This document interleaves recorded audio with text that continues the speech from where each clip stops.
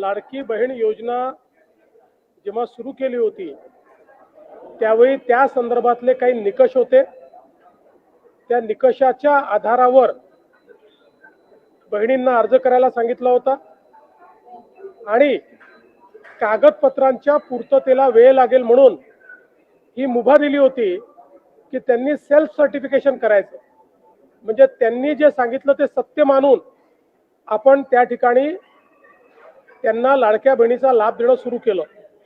पण अर्थातच आपण ज्यावेळी कुठलाही सरकारी पैसा खर्च करतो त्यावेळी त्याचं सीएजीचं ऑडिट होतं आणि सीएजीच्या ऑडिटमध्ये निकषांप्रमाणे अर्ज आहेत की नाही याची माहिती द्यावी लागते आणि म्हणूनच योजना सुरू झाल्यानंतर आपण त्याचं केवायसी सुरू केलं आणि वेगवेगळे जे डेटाबेस होते त्याच्याशी कंपॅरिझन सुरू केलं, ज्याच्यामध्ये इन्कम टॅक्स विभागाकडनं आपण माहिती घेतली, सरकारचे जे काही कर्मचारी आहेत त्यांचं जिथनं पेमेंट होतं त्या पोर्टलमधनं आपण माहिती घेतली, जो काही आपला परिवहन विभाग आहे याच्यामध्ये मोटरची ओनरशिप कोणाकडे आहे फोर व्हीलरची याच्या डेटाबेसची माहिती घेतली, रेशन कार्ड याच्या डेटाबेसची माहिती घेतली आणि ही सगळी माहिती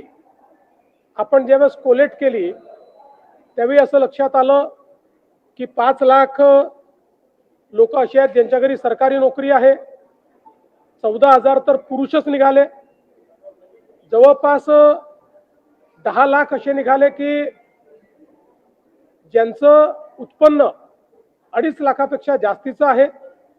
अशा वेगवेगळ्या डेटाबेसमध्ये जे लोक अपात्र झाले त्यांना आपण अपात्र केलेलं आहे।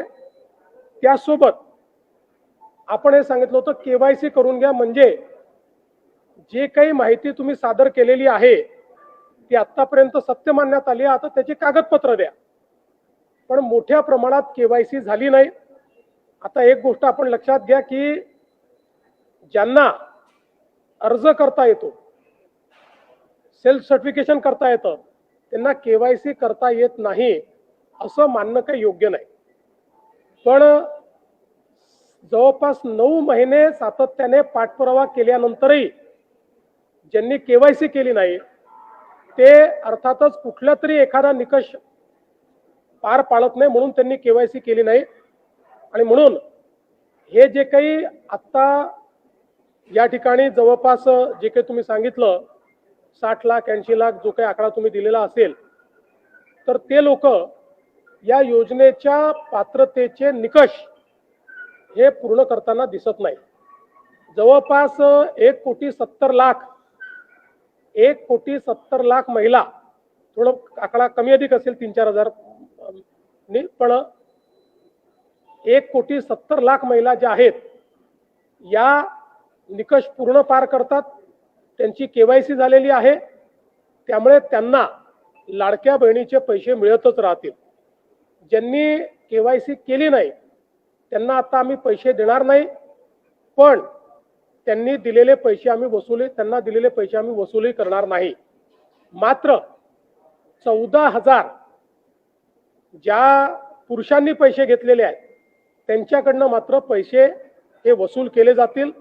त्यामुळे नीट सायंटिफिक प्रोसेसने या सगळ्या गोष्टी केल्या आहेत आणि आजही यांच्यापैकी कोणी जर केवायसी करणार असेल तर आम्ही विंडो ओपन करायला तयार आहोत आणि त्यांना लाभ द्यायला तयार आहोत। आजही ज्यावेळेस आपण जेवढ्या लाडक्या बहिणींना लाभ देतो देशातल्या कुठल्याही योजनेपेक्षा आजही सर्वात मोठी योजना ही महाराष्ट्राची आहे। आजही देशामध्ये एवढा लाभ 1,70,00,000 कुठलंच राज्य देत नाही जे महाराष्ट्र देत आहे।